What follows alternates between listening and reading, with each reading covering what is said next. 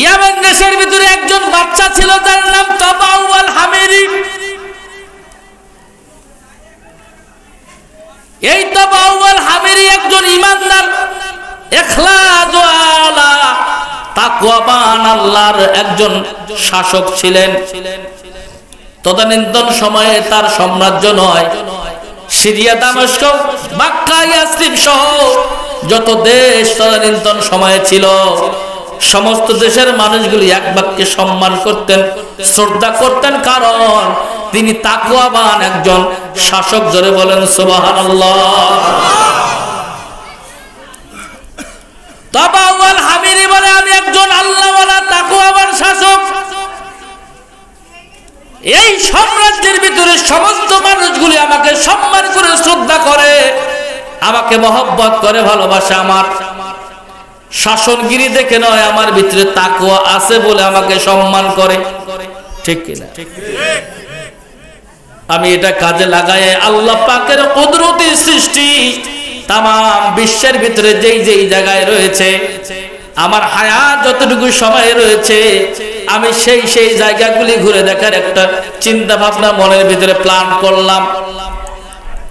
একটা মানচিত্র নিয়ে এসে ইঞ্জিনিয়ারদেরকে বললাম, এই ইঞ্জিনিয়াররা দেখো তো মানচিত্রের ভিতরে কোন কোন দেশের ভিতরে আল্লাহ পাকের সূক্ষ্ম সূক্ষ্ম কুদরতি সৃষ্টি রয়েছে।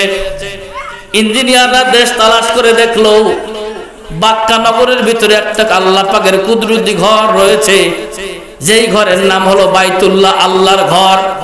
যদি কোনো মানুষ ওই ঘরের গায়ে হাত লাগায় আল্লাহর দরবারে দোয়া করে, সাথে সাথেই ওই ব্যক্তির দোয়া তার কুদরতি পার্লামেন্টে কবুল করে নেয়। শুধু তাই নয়, ওই ঘরের গায়ের সঙ্গে লাগা একটা পাথর রয়েছে, যেই পাথরের নাম হাজরা আসওয়াদ। বাদশাকে বর্ণনা দেওয়া হচ্ছে, যদি কোনো মানুষ ওই পাথরের মধ্যে চুমু দেয়, আল্লাহ পাক ওই পাথরের ভিতরে এমন ক্ষমতা দান করেছে, যেই ব্যক্তি চুমু দিল সাথে সাথে তার জীবনের সমস্ত গুনাহ ওই পাথর টেনে নেওয়ার ক্ষমতা আল্লাহ পাক দিয়েছে। আস্তে কর, নাকি চিন্তা করতেছেন বাড়ির যে দুইজন একসাথে কইতাম সওয়াব বেশি পাবো? তো জোরে কোন সুবহানাল্লাহ। আপনার কি বেজার হচ্ছেন? বলছে হুজুর ঘর তওয়াব করা লাগবে, জমজম কূপ নামে একটা কূপ রয়েছে। এই জমজম কূপের পানি যেই ব্যক্তি যত বেশি পান করতে পারবে, তার ভিতর থেকে মুনাফিকি তত দূর হয়ে যাবে, ব্যক্তিরা স্বচ্ছ হবে, পরিষ্কার হবে, পবিত্র হবে। বলছে হুজুর শয়তানকে পাথর মার একটা জায়গা রয়েছে, আরো বিভিন্ন সুন্দর সুন্দর সৃষ্টি রয়েছে। বলছে আল্লাহ পাকের সুন্দর যদি সৃষ্টি থাকে, আল্লাহ পাকের শ্রেষ্ঠ যদি কুদরত এখানে পাওয়ার দেওয়া থাকে, আমি ওই জায়গায় যাওয়া সবকিছু রেডি করো, অ্যারেঞ্জ করো, আমার রাজ্যের ভিতরে এটা এলান করে দাও, জানায়া দাও বাদশা নামদার বাক্কা নগরীতে যাবে আল্লাহ পাকের কুদরতি সৃষ্টি দেখার জন্য। জোরে বলেন সুবহানাল্লাহ, আল্লাহু আকবার বলেন। আপনারা আছেন? থাকেন। সেনাপতিকে ডাক দেওয়া হলো, সেনাপতি রেডি করো, বাক্কা নগরীর উদ্দেশ্যে রওনা করব। বাক্কা নগরী যাইতে যেই দেশগুলি যায়, সেই দেশের রাজা বাচ্চাগুলিকে জানায় দাও, তাবাউ আল হামিরি আল্লাহ পাকের কুদরতি সৃষ্টি দেখার জন্য রওনা করবে। এই সংবাদ মোটামুটি গোটা রাজ্য সরকার হয়ে গেল, রমরম অবস্থা। এখন চিন্তা করলো, আমি একা যাবো নাকি রাজ্যের লোকজন নিয়ে যাব? যেহেতু ইমানদার তাকওয়াওয়ালা বাদশা, একা নিজের কথা কখনো চিন্তা করে না, সবার কথা চিন্তা ভাবনা করে রাজ্যের সমস্ত মানুষকে প্রস্তুত হওয়ার জন্য ঘোষণা দেওয়া হলো। রাজ্যের অধিকাংশ মানুষ বিভিন্ন সমস্যার কারণে পিছুটান দিল। একপরে কিছু কিছু মানুষ বাদশার সঙ্গে যাওয়ার সিদ্ধান্ত নিয়ে নিল। যখন সিদ্ধান্ত গ্রান্টেড হয়ে গেল, কিতাবের ভিতরে এসেছে বাদশার সামনে ঘোড়ায় চড়ে আস্তে আস্তে করে যাবে। কিতাবের ভিতরে এই ব্যক্তিগুলির নাম রয়েছে অশ্বরোহী বাহিনী, মানে ঘোড়ায় চড়ে আস্তে আস্তে করে যাবে। বাদশা থাকবে মাঝখানে, অশ্বরোহী বাহিনী সিটিং দেওয়া হলো 1,20,000। জোরে জোরে বলেন সুবহানাল্লাহ। কয় লক্ষ? যে বলে শোনেন না এই তথ্য, শুনছেন? নামও শোনেন নাই, প্রথম শুনলেন, বুঝেন নাই? এজন্য নতুন নতুন ফুল মানে আমদানি করতে হয়, কারণ এক এক ফুলের এক এক ঘ্রাণ। কথা কন না? ঠিক, 2-3 জন কয় ঠিক, সব চুপচাপ। ঠিক আছে তো, সাউন্ডটা বাড়াই দিয়ে। কয় লক্ষ? 20,000। 1,20,000 অশ্বরোহী বাহিনী বাদশার সামনে ঘোড়ায় চড়ে আস্তে আস্তে যাবে। বাদশা থাকবে মাঝখানে। বাদশার পিছনে কিছু বাহিনী তৈরি করা হলো, যেটাকে বলা হলো পদস্ত্র বাহিনী। বাদশার পেছনে হেঁটে হেঁটে যাবে 1,32,000। তাহলে 1,20,000, 1,32,000। বাদশা চিন্তা করলো, আমি এই সৈন্য বাহিনী নিয়ে, ভাই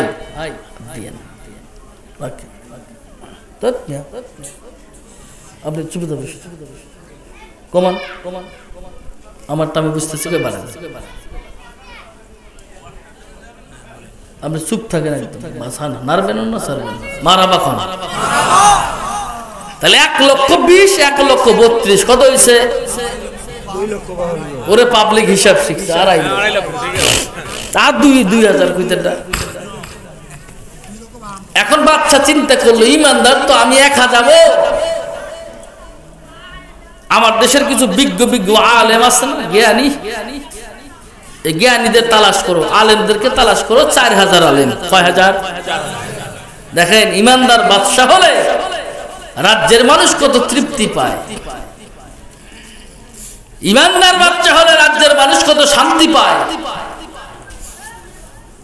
বাইরের দেশে সফরে গেলে তদানীন্তন যুগের রাজা বাদশারা আলেম ওলামাদেরকে সাথে নিত, আর আমাদের দেশে রাজা বাদশারা কিছু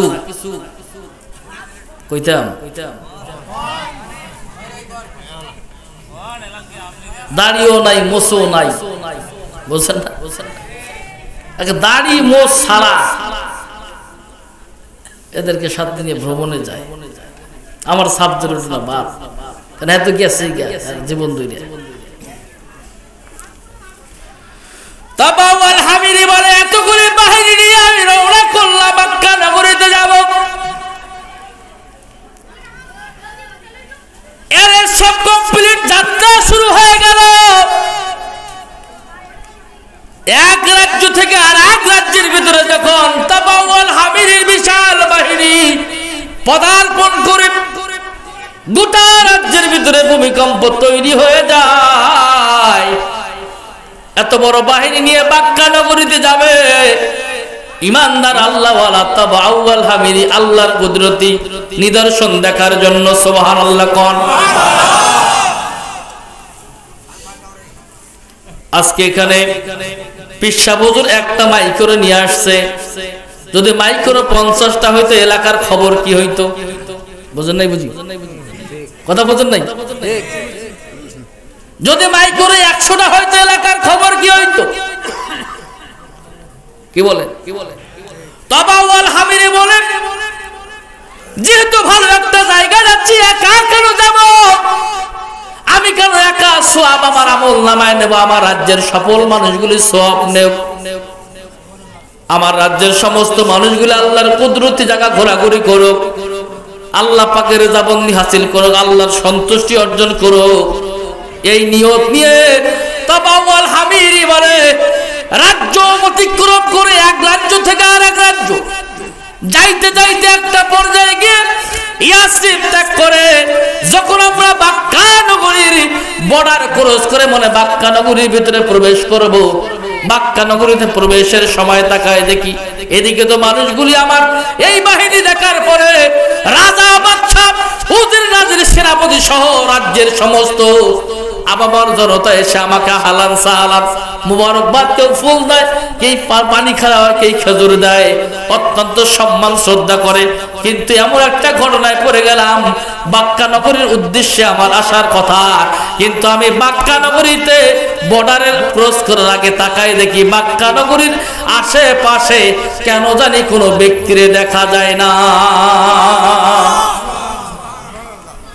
বাদশার মনটা বড় বেজার, কিরে যেই রাজ্যের উদ্দেশ্যে আমার আশা, এই রাজ্যের মানুষদের কমন সেন্স বলতে কি কোনো বিষয়বস্তু তাদের মাথায় নাই,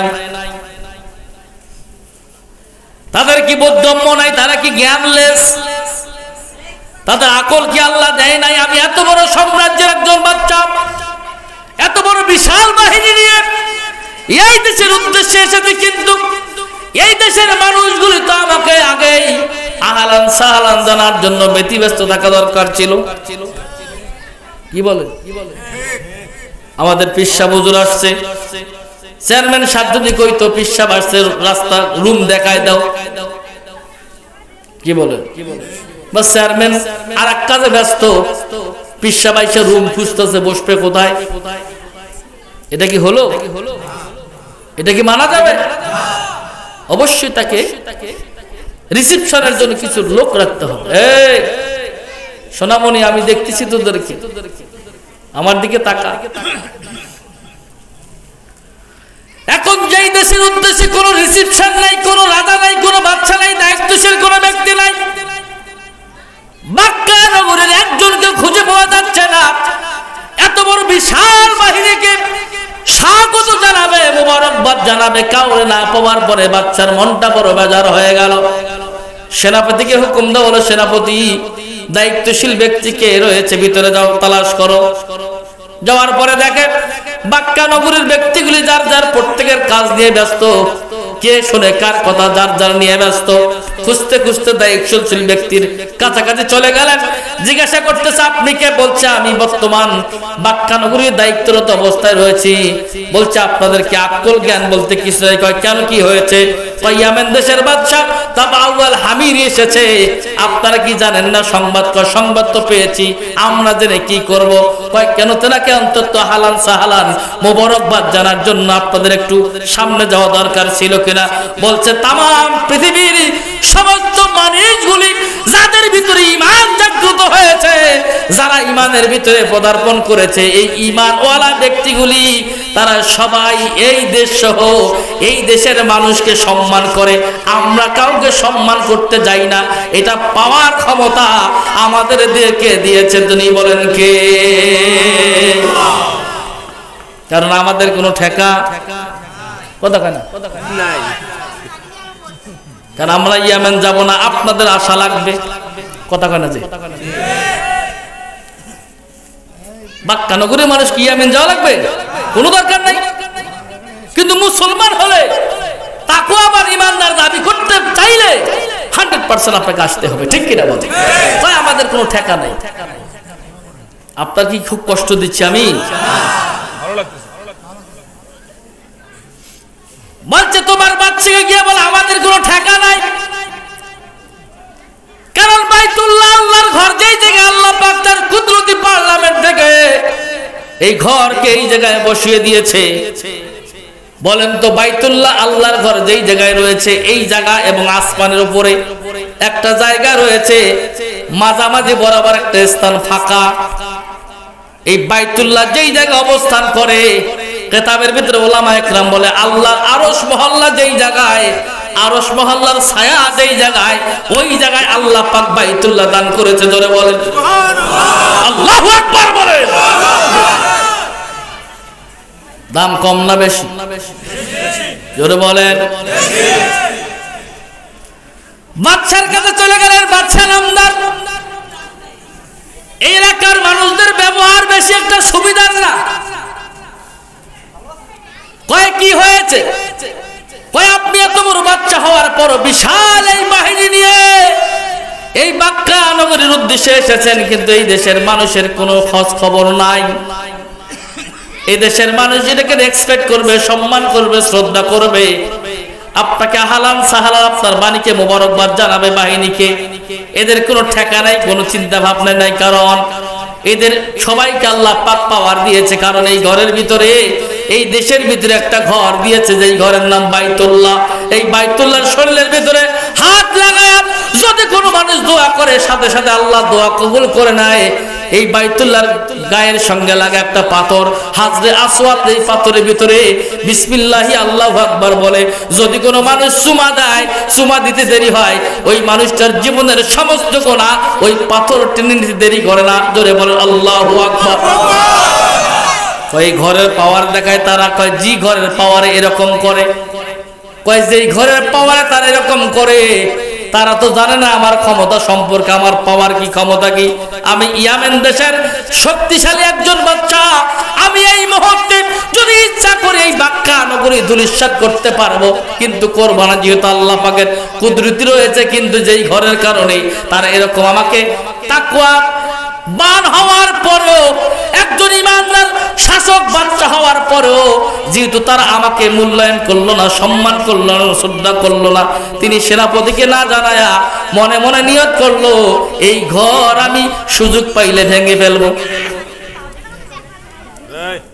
বুঝুন নাই? বুঝুন, মনে মনে নিয়ত করছে সুযোগ পাইলে। যখন এই কথা বলছে, আল্লাহর কুদরতি শান, সাথে সাথে হাসি চলে আসছে। ভাই কোনো সমস্যা হচ্ছে কি?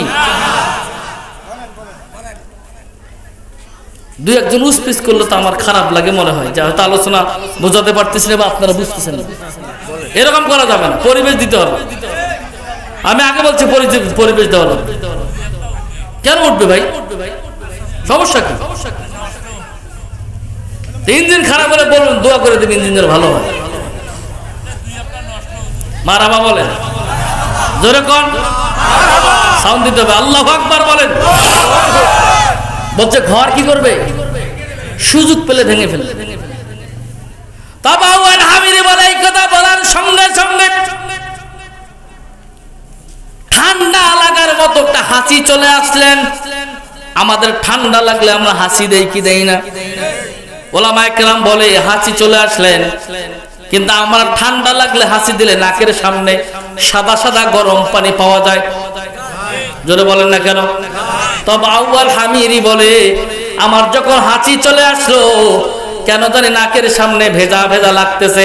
উনি চিন্তা করলে সাদা গরম পানি মনে হয়, কিন্তু না, হাতের ভিতরে হাত নিয়ে নাকের মধ্যে আঙ্গুলটা লাগার সঙ্গে সঙ্গে উনি বলে তাকায় দেখি আঙ্গুলের সামনে কেন জানি লাল লাল রক্ত দেখা যায়। এই লাল লাল রক্ত দেখতে দেখতে রক্তের পাওয়ারটা কেন জানি তীব্র হয়ে গেল।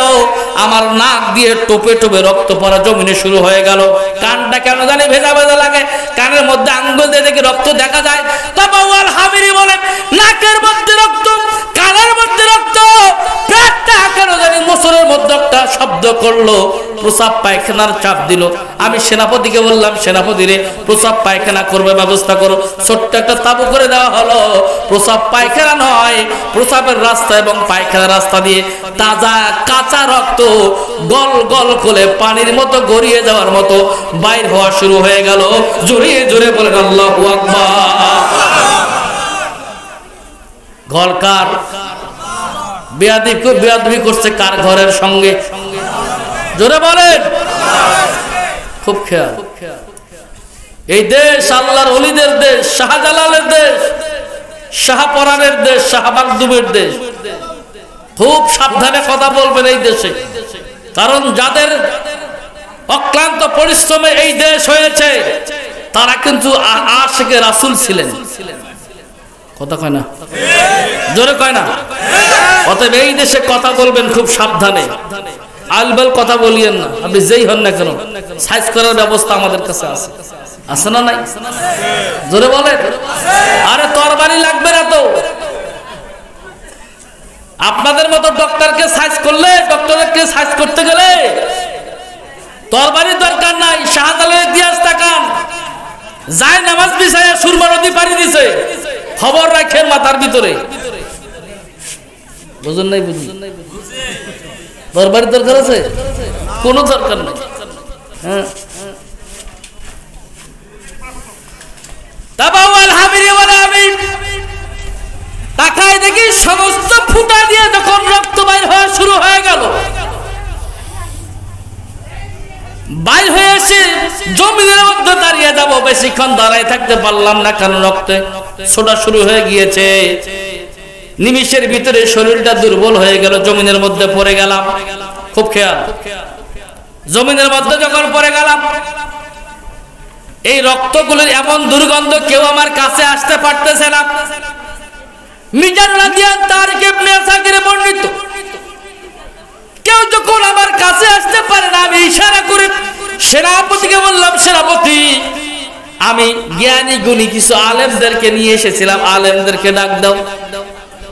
আলেমদেরকে ডাক দেওয়া হলো, আলেমদের যিনি মেন লিডার, তেনাকে ইশারা করা হলো। এই জায়গার ভিতরে একটা ঘর রয়েছে, এই ঘরের সঙ্গে মনে হয় আমার একটু বেয়াদবি হয়েছে ইশারায়, কারণ তেনার মুখ দিয়ে রক্ত, নাক দিয়ে রক্ত, কান দিয়ে রক্ত বাইর হচ্ছে, তো মনে হয় বেয়াদবি হয়েছে। এখন এই বেয়াদবি করেছি, পরিত্রাণ পাওয়ার রাস্তা বাইর করে দাও। ওলামা একরাম বলে, যদি আপনি বেয়াদবি করে থাকেন, চুপি চুপি বেয়াদবি হয়েছে, আপনি চুপি চুপি আল্লাহর দরবারে ক্ষমা চান, মাপ চান। আল্লাহ চাইলে এই পুণ্যভূমির খাতিরে আল্লাহ পাক আপনারে ক্ষমাও করে দিতে পারে। জোরে বলেন কথা ঠিক কিনা? তাবাউল হামিরি বলেন, আমি মনে মনে নিয়ত করলাম, আল্লাহ, আমি তো নিঃসন্দেহে বেয়াদবি করেই ফেলেছি, যদি তুমি আমার ক্ষমা করে দাও তাহলে কেউ তোমার বিরুদ্ধে মামলা দায়ের করবে না। তবে আমাকে যদি ক্ষমা করো, তাহলে তোমার এই পবিত্র ঘর বাইতুল্লাহকে আমার ইয়েমেন দেশের সব চাইতে দামি কালো কাপড় দিয়ে আমি এই ঘর তোমার আবৃত করে দেব, সুন্দর করে দেব, ঢেকে দেব। জোরে বলেন সুবহানাল্লাহ। হাজী সাহেবরা যারা মক্কা মদিনায় যায়, মক্কায় যারা গেছে, এখন পর্যন্ত এই বাক্কা নগরীতে বাইতুল্লাহকে ঘর ঢেকে দেয়, সাদা কাপড় না কালো কাপড়। এই এখন পর্যন্ত ইয়েমেন দেশ থেকে ওই কাপড় দেওয়া হয়, কিয়ামত আগ পর্যন্ত ইয়েমেন দেশ থেকে ওই কাপড় জারি থাকবে, চালু থাকবে। চিৎকার মেরে বলেন সুবহানাল্লাহ। শুনছেন কখন এই কথা? At first.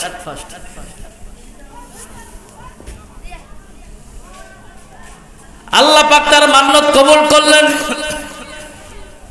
বলছে, আল্লাহ শুধু তাই নয়, যদি আমাকে মাফ করেন একবারই, কোন লেজ লাগা যাবে না, একবারে মাফ করতে হবে, তাহলে আমার সাম্রাজ্য, আমার সম্পদের থেকে এই বাক্কা নগরীর যে সমস্ত মানুষগুলো অসহায় রয়েছে, প্রত্যেকটা মানুষকে আমি 12টা করে স্বর্ণ মুদ্রা দান করব। যারা ইমানদার তাকওয়াওয়ালা বাদশা হয়, তারা সম্পদ চায় না, তারা আল্লাহর রেজাবন্দি চায়। আর যারা বেঈমান, নাস্তিক, মুরতাদ বাদশা হয়, তারা নিজেরাই ভোগ দখল করার চেষ্টায় ব্যস্ত থাকে। কথা বলেন, কথা ঠিক কিনা? তাবাউল হামিরি বলে, যখন নিয়ত করলাম কিছুক্ষণের মধ্যে কেন জানি রক্ত পড়া বন্ধ হয়ে গেল, রক্ত বন্ধ হয়ে গেল। আমি আস্তে আস্তে করে উঠে বসলাম, দুর্গন্ধ দূরীভূত হয়ে গেল। জমজম কুবের পানি, খেজুর আমারে খাওয়া হলো। আমি একটু স্বস্তি বোধ মনে করছি। আলেমদেরকে ডাক দিলাম, ভিতরে প্রবেশ করো। আমার ওই বাহিনীর ভিতর থেকে 100 জন বাহিনীকে আমি পাঠিয়ে দিলাম, যাও এই রাজ্যে গোটা এলাকা ঘুরে ঘুরে দেখো, কারা কারা দুস্থ আছে, কারা গরিব আছে, কারা অনাহার, কে খায় কে খায় না, সবার লিস্ট করো, তালাশ করো। প্রত্যেকজন ব্যক্তির হাতে 12টা করে স্বর্ণ মুদ্রা দিয়ে দাও। আর আমার ইয়েমেন দেশটাকে সবচাইতে দামি যেই কাপড়, এই কাপড় কালো একটা কাপড় নিয়ে এসে আল্লাহর ঘর ঢেকে দেওয়ার ব্যবস্থা করো। মাপ যোগ রেডি করো। জোরে জোরে বলেন মারহাবা, আল্লাহু আকবার বলেন। লোক লাগাই দেবো, সাথে সাথে কাজ শুরু। লোকের তো অভাব নাই, আছে কাজ শুরু হয়ে গেল। সমস্ত মানুষগুলি খুশি। বাক্কা নগরীর মানুষগুলির বুকে নেয়, কপালে চুমু দেয়। বাক্কা নগরীর ধুলাবালি মুখে মাথায় মাখে। আল্লাহর ঘর তো অফ করে হাউজে কাউসারের পানি নয়, জমজম কুবের পানি তৃপ্তি সহকারে খায়। এমন স্বাদ জীবনে কোনোদিন এরকম স্বাদ পায় নাই। তৃপ্তি সহকারে খাচ্ছে, মানুষদের সঙ্গে মিশে গিয়েছে।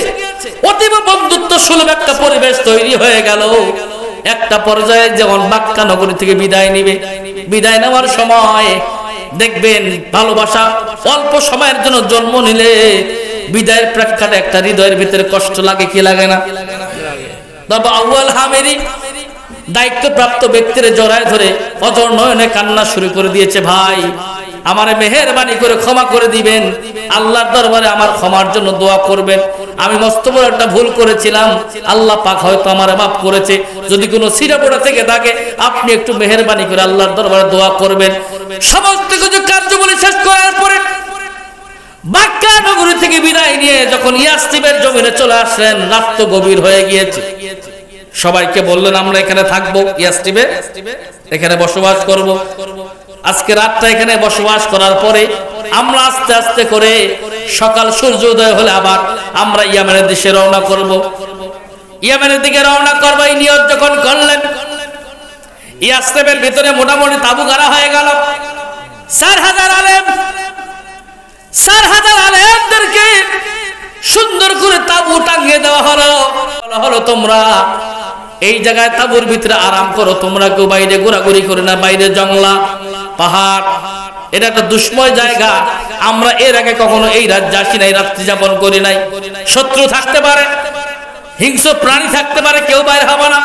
সেনাপতি সহ সমস্ত ব্যক্তিদেরকে সুরক্ষা দেওয়ার জন্য পাহারাদার রেডি করে মানুষদেরকে বিশ্রামের জন্য যখন তাগিদ দেওয়া হলো, সবাই যার যার কামরায় বিশ্রামের প্রস্তুতি নিয়ে ফেললেন। একটা পর্যায়ে গিয়ে রাত গভীর, বাচ্চার কেন জানি ঘুম আসতেছে না, বাচ্চা টেনশনে ঘুমায় না নাকি আনন্দে ঘুমায় না আল্লাহ জানে, বাচ্চার ঘুম আসতেছে না, একবার বসে একবার শোয়, একবার উঠে একবার হাঁটে, বিভিন্ন জায়গায় পায়তারি করতেছে। একটা পর্যায়ে গিয়ে বাচ্চা তাকায় দেখে তার কামরার পাশে কেন জানি পদচারণের আওয়াজ পাওয়া যায়। জোরে বলেন মারহাবা, আল্লাহু আকবার বলেন। আপনারা আছেন? ঘুম ধরছে নাকি দু একজন? তাবাওয়াল হামিরে বলে পায়ের কেন জানি হাঁটার আওয়াজ পাইলাম, বাইর হইতে সংকোচ বোধ করতেছে, ভয় ভয় লাগে। নতুন রাজ্য, কে না কে রয়েছে, তারপরও সাহস করে বের হয়ে তাকায় দেখি অন্য কেউ নয়, আমার যে আলেমদেরকে আমি আরাম করতে বলেছিলাম একজন আলেমও আরাম করে না। ইয়াসরিবের কথা শুনে সমস্ত আলেম ওলামা বের হয়ে ইয়াসরিবের পাথর এবং বালু কেন জানে সবাই টোকায় টোকায় নিয়ে নাকের মধ্যে ঘ্রাণ নিচ্ছে। সুবহানাল্লাহ কোন, আরো জোরে কোন। এদেরকে বলছে আরাম করার জন্য, কিন্তু এরা আরাম না করে ইয়াসরিবের বালু এবং পাথর এরা কুরে কুরে নিয়ে নাকের মধ্যে ঘ্রাণ নেয়। সুবহানাল্লাহ কইতে না, কয় কি রে তোমরা এখানে কি করো? এই দেশের মাটি এবং পাথর বালু করা তোমরা নাকে কেন লাগাচ্ছ? বলছে হুজুর আপনি কামরায় গিয়ে আরাম করেন, আপনি এটা বুঝবেন না, বোঝার আপনার বয়স হয় নাই। সুবহানাল্লাহ কইতেন। কারণ আলেমদের স্কেল একরকম, মন্ত্রীর স্কেল একরকম, প্রধানমন্ত্রীর স্কেল আর এক রকম। আপনি যদি প্রধানমন্ত্রী হয়ে আলেমদের স্কেল মাপতে আসেন আপনার চরম ভুল হয়ে যাবে। কথা বলেন, কথা ঠিক কিনা?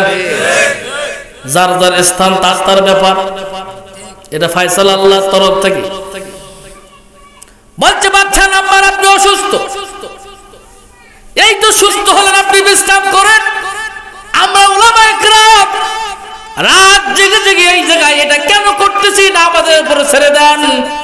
কারণ আমরা কিতাব পরে পরে দেখেছি ইয়াসরিব নামক যে জায়গাটা রয়েছে এই জায়গার ভিতরে রাহমাতুল লিল আলামিন নবী মুহাম্মদুর রাসূলুল্লাহ সাল্লাল্লাহু আলাইহি সাল্লামের আগমন ঘটবে। কি নবী পাইছি আমরা।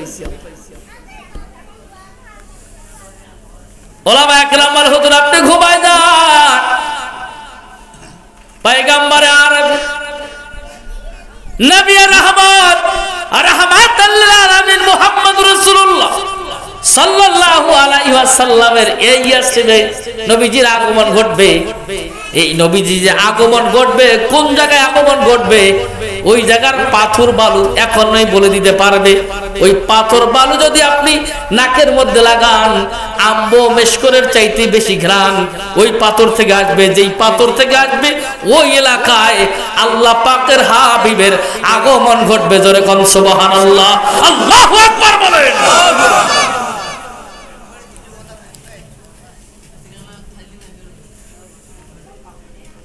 কষ্ট হচ্ছে? বেশি বেশি আল্লাহু আকবার বললে খুশি কি? টের পান নাই তো? চোখ বন্ধ হইলে বুঝবেন বাদাম কেমনে ফাড়ায়, বুঝেন নাই? মস্কারা করে, বেশি লাগবে না। বউটারে শ্বশুর বাড়ি পাঠাই দিয়া বুঝবেন, বউরে শ্বশুর বাড়ি পাঠাই দিলেন, বাড়িতে কাউরে রাখবেন না, একা একটা ঘরে শুয়ে থাকবেন। কয়টা? একা একটা ঘরে শুয়ে থাকে দেখেন তো 2 ঘন্টা কেমন লাগে? তো কবর তো তলে, মাটির তলে, জমিনে আপনি একটা ঘরে শুয়ে দেখেন না কেন 3 ঘন্টা কেমন লাগে? আর তো কবর, মস্কারা করার জায়গা এটা না। এখন আমি এই পার্লামেন্টের চেয়ারের দায়িত্বে আছে, আমি যা বলবো তাই শুনতে হয়। হাসিনা থাকাতে কোনো তো টুংটা করতে পারেন নাই, কথা কান্না যে হুজুর চিল্লাইলে ক্যাপু উঠে ক্যা, চুপচাপ থাকবেন, কোনো কথা হবে না, যা বলবো তাই শুনতে হবে, কথা কান্না যে বেজার হলেন বুঝি। বলছে হুজুর এই এলাকার পাথর যদি আপনি ঘ্রাণ পান তাহলে বুঝবেন এই এলাকায় নবী আরবি আছে। ওই নবী আরবি কে? বলছে আল্লাহ পাকের হাবিব। যদি কোনো মানুষ ঈমান ও ইখলাসের সহিত নবী পাকের চেহারা একবার দর্শন করতে পারে তার জন্য জাহান্নামের আগুন হারাম হয়ে যায়।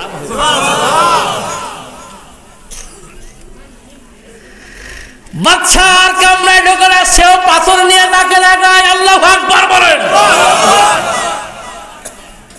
ইয়াসরিবের বাড়ি নিয়ে নাকে লাগায়, না জানি রে কোন জায়গার মাটি, কোন জায়গার পাথর, কোন জায়গার বাড়ির ভিতরে নবী আরবি আগমনের ঘ্রাণ পাওয়া যায়। সারা রাত জেগে জেগে আলেম ওলামা সহ কিছু কিছু বাহিনী আবার যোগ দিয়ে দিলেন, যারা পাহারাদার ছিল তারাও তালাশ করে, কিন্তু কেউ সুগন্ধিযুক্ত পাথরটা পাইলেন না। বাদশা নামদার সুগন্ধিযুক্ত পাথরের সংবাদ পেয়ে গেলেন, নাকে লাগায় দেখে, হা এ তো কালো একটা পাথর নয়, সোনালী রঙের একটা পাথর।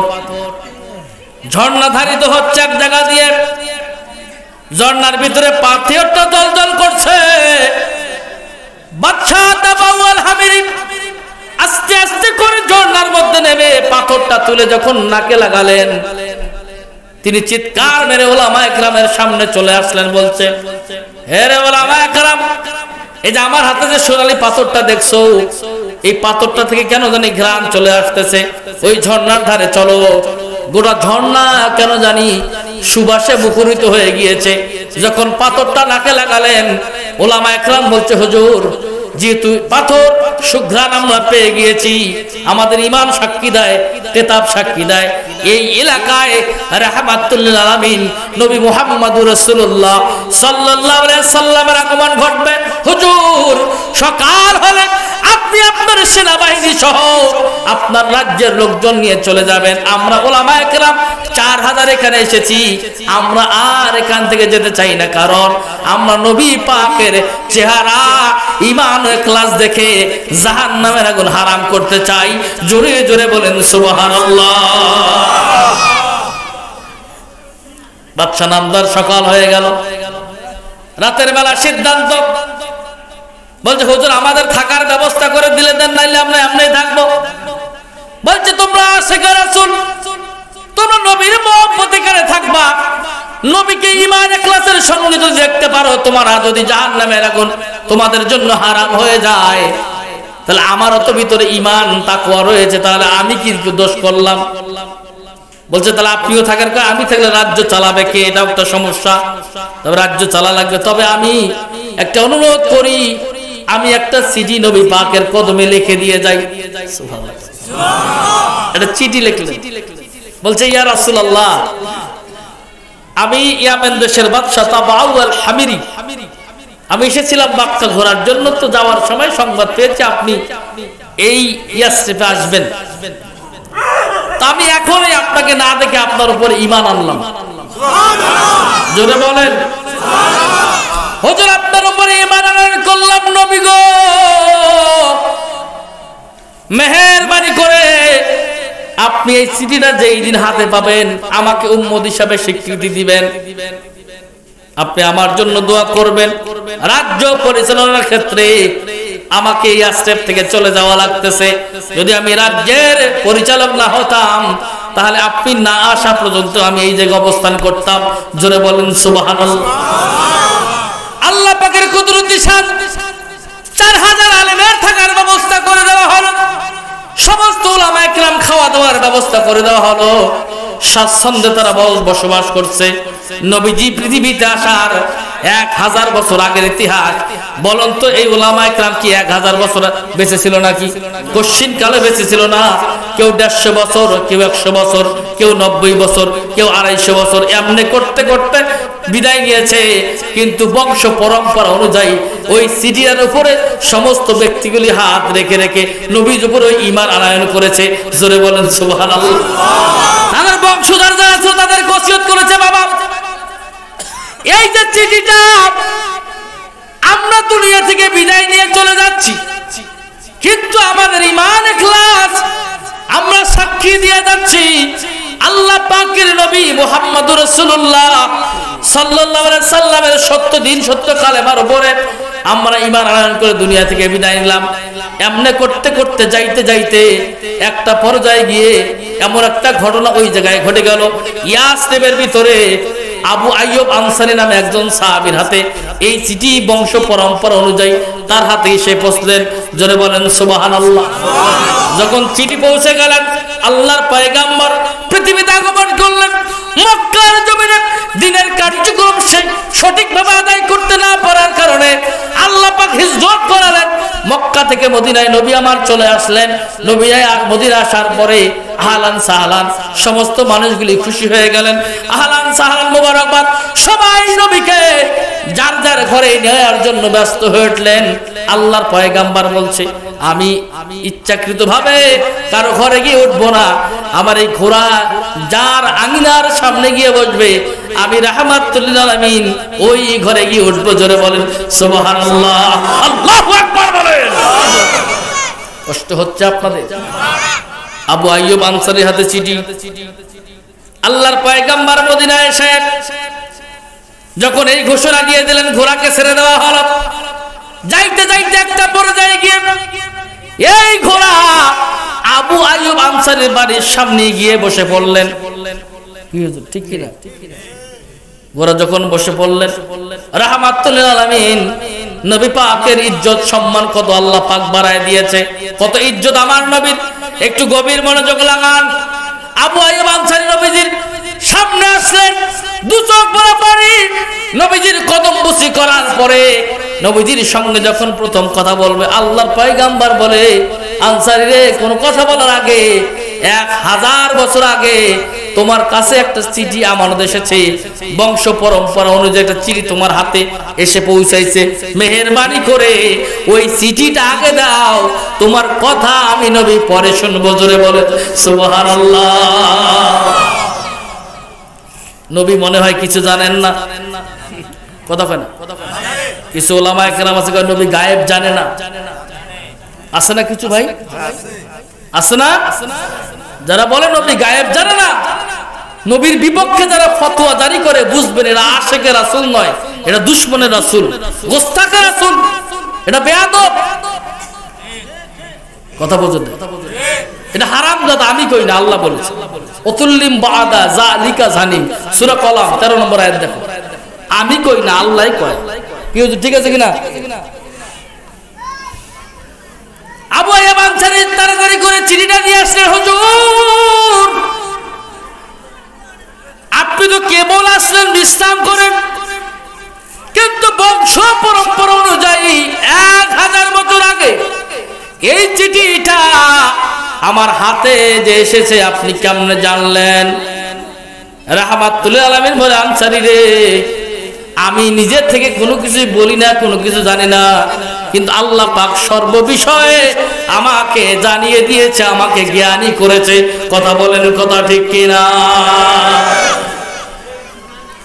আল্লাহর নবী চিঠিটা খুললেন, খোলার পরে চিঠির ভিতরে ভাষা রয়েছে, হুজুর আমি তো রাজ্য পরিচালনার কারণে এই জায়গায় থাকতে পারলাম না, আমাকে চলে যাওয়া লাগলো, কিন্তু আমি এখন এই আপনার উপরে ঈমান আনলাম, মেহেরবানি করে উম্মত হিসাবে আমাকে কবুল করবেন। যেই কথা সেই কাজ, কবুল করে নিলাম। রাহমাতুল্লাহ আলাইহি ওই জায়গায় অবস্থান করলেন।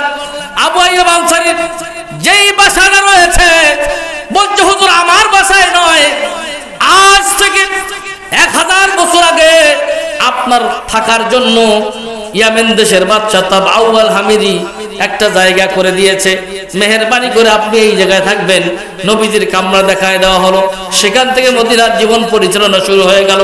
আমার বন্ধুগণ, আল্লাহর পয়গাম্বর নবী আরবি, দেখেন 1000 বছর আগে কি ঘটনা ঘটেছে।